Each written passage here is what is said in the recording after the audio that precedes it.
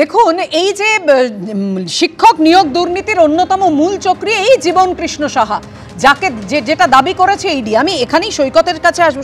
সৈকত, এ তো সর্ষের মধ্যেই ভূত, কিভাবে আলাদা করা সম্ভব? শাসক দলের একজন বিধায়ক, তিনি যে দুর্নীতির সঙ্গে যুক্ত সেটা বিভিন্নভাবে প্রমাণিত।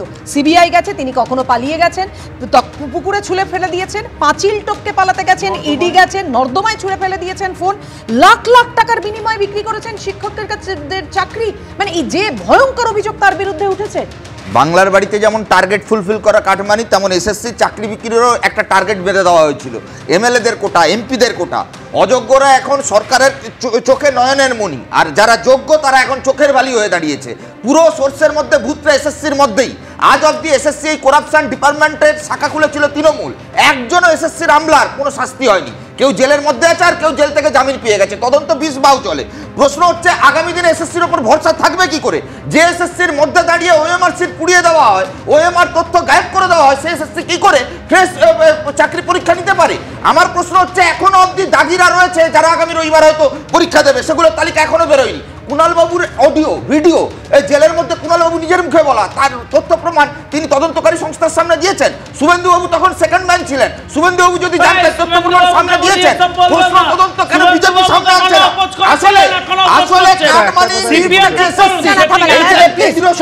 কাটমানি তোমার কাছে আসবো। মনে করছে বিজেপি ওখানে কেলেঙ্কারি করেছে, আমরাও করতে পারি। তৃণমূল বিজেপি চোরেদের চিৎকারের কমান। এই রাজ্যে তৃণমূল ঠিক করেছে বিজেপি চুরি করলে তারাও চুরি করতে পারে। তাই তো গতকাল বিধানসভায় দেখলাম তৃণমূল স্লোগান দিচ্ছে 1 2 3 4, বিজেপির সবাই চোর। বিজেপি স্লোগান দিচ্ছে 1 2 3 4, তৃণমূল সবাই চোর। আমরা বলছি দুটোই 1 2 3 4, তৃণমূল বিজেপি সবাই চোর।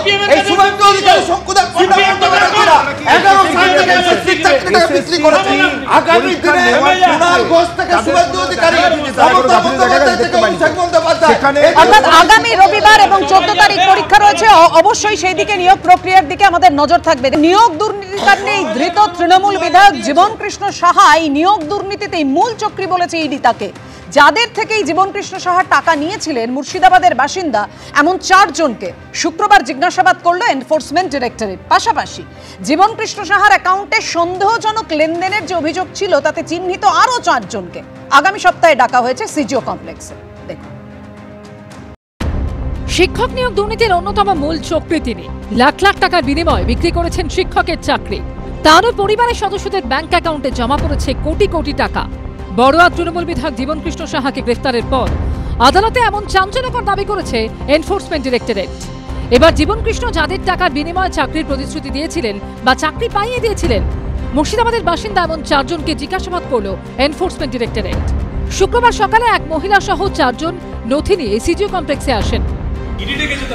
হ্যাঁ, ওখানে যেখানে কথা বলা সেখানে বলবো। এসএসসি দুর্নীতির ঘটনাতে বড়ুয়ার বিধায়ক জীবন কৃষ্ণ সাহা কাদের কাছ থেকে টাকা নিয়েছিলেন এবং কোন কোন প্রতিশ্রুতি বিনিময়ে এই টাকা নিয়েছিলেন এবং এই টাকা নেওয়ার পরও সেই প্রতিশ্রুতি রক্ষা করেছিলেন কিনা, সেবারে সেই বিষয়গুলো জানতে মুর্শিদাবাদ থেকে একাধিক যারা চাকরি প্রার্থী তাদেরকে ডাকা হলো। তারা এই মুহূর্তে সিজিও কমপ্লেক্সে ইডি দপ্তরে এসেছেন নানান ধরনের তথ্য নিয়ে এবং নথিপত্র নিয়ে। তাদেরকে গতকালকে নোটিশ করা হয়েছিল এবং সকাল 10টার মধ্যে 4 জন চাকরি প্রার্থী তারা কিন্তু এই মুহূর্তে ইডি জিজ্ঞাসাবাদের সম্মুখীন হচ্ছেন। ইডি সূত্রে দাবি, বঙ্গীয় গ্রামীণ বিকাশ ব্যাংকে তৃণমূল বিধায়ক জীবন কৃষ্ণ সাহার 2টি নতুন অ্যাকাউন্টের হদিশ মিলেছে, যেখানে বিভিন্ন সময় লাখ লাখ টাকার লেনদেন হয়েছে। আর এই লেনদেনের সূত্র ধরেই জীবন কৃষ্ণ সাহার সঙ্গে যোগসূত্র মিলেছে নিয়োগ দুর্নীতি কাণ্ডে জেলবন্দি মিডলম্যান প্রসন্ন রায়। ইডি সূত্রে দাবি, মুর্শিদাবাদের বঙ্গীয় গ্রামীণ বিকাশ ব্যাংকে জীবন কৃষ্ণ সাহার 2টি অ্যাকাউন্ট থেকে কলকাতার একটি কোম্পানিতে একাধিকবার টাকা ট্রান্সফার করা হয়। তদন্তে দেখা যায় যে কোম্পানির অ্যাকাউন্টে টাকা গেছে তার মালিক ধৃত মিডলম্যান প্রসন্ন রায়। ইডি সূত্রে দাবি, শুধু প্রসন্ন রায় নন, এমন আরও 4 জনের নাম উঠে আসছে যাদের অ্যাকাউন্ট থেকে জীবন কৃষ্ণর অ্যাকাউন্টে সন্দেহজনক লেনদেন ধরা পড়েছে। ইডি সূত্রে খবর, আগামী সপ্তাহে সেই 4 জনকে সিজি কমপ্লেক্সে তলব করা হয়েছে। কেন তারা তৃণমূল বিধায়ক জীবন কৃষ্ণ সাহাকে টাকা পাঠিয়েছিলেন? জীবন কৃষ্ণই বা কেন তাদের অ্যাকাউন্টে পাল্টা টাকা পাঠিয়েছিলেন? এই প্রশ্নের উত্তরই ইডির আধিকারিকরা জানতে চাইছেন। ইডি আধিকারিকরা দাবি করছেন যে বঙ্গীয় গ্রামীণ বিকাশ ব্যাংকের 2টি অ্যাকাউন্টের স্টেটমেন্ট খতিয়ে দেখে একাধিক সন্দেহজনক লেনদেনের তথ্য তারা পেয়েছেন এবং ইতিমধ্যেই 4 জনকে তলব করা হয়েছে। এই 2টি অ্যাকাউন্টে আরও কোনো সন্দেহজনক লেনদেন রয়েছে কিনা সেটাও কিন্তু খতিয়ে দেখা হচ্ছে। ইডি সূত্রে খবর, এই চারজনকে জিজ্ঞাসাবাদের পর সেই তথ্য হাতে রেখে জীবনকৃষ্ণ সাহাকে জেরা করতে চান তারা। সুকান্ত মুখোপাধ্যায়, প্রকাশ সিনহা ও উজ্জ্বল মুখোপাধ্যায় রিপোর্ট, এবিপি আনন্দ, কলকাতা।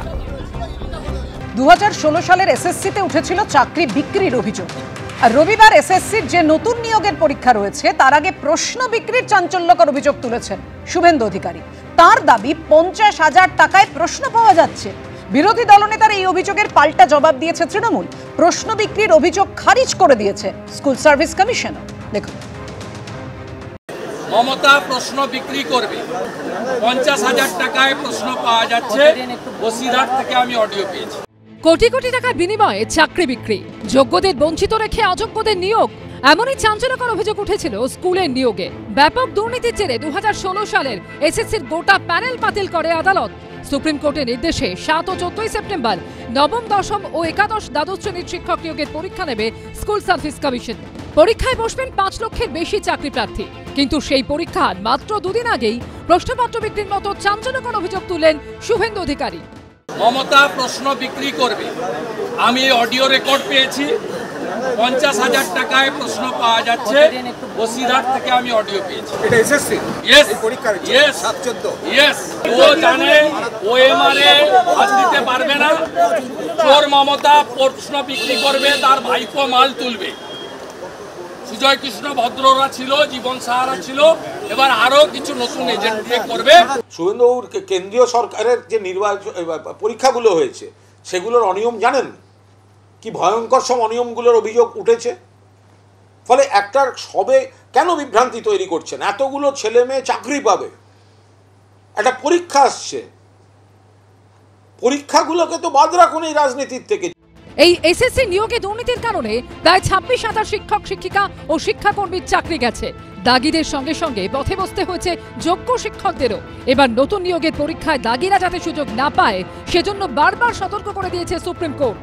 বৃহস্পতিবারও রাজ্য সরকার ও স্কুল সার্ভিস কমিশনের উদ্দেশ্যে তীব্র ভৎসনা সুরে সুপ্রিম কোর্ট বলে, এরা কোন নয়নের মণি যে দাগিদের হয়ে সওয়াল করছেন অ্যাডভোকেট জেনারেল? আবার একই দিনে ফের অযোগ্যদের পাশে দাঁড়িয়ে তাদের বেচারা বলেন মমতা বন্দ্যোপাধ্যায়। আর রইল পড়ে আমার হাতে আরও কিছু, যারা বেচারা টিচারিতে কাজ করেও আজকে অযোগ্য প্রমাণিত হয়েছে। এর 24 ঘন্টার মধ্যে এসএসসির নতুন নিয়োগের পরীক্ষা নিয়ে বিস্ফোরক অভিযোগ করলেন শুভেন্দু অধিকারী। দুর্নীতিটাকে ইনস্টিটিউশনাল করাপশনে পরিণত করেছে পশ্চিমবঙ্গ।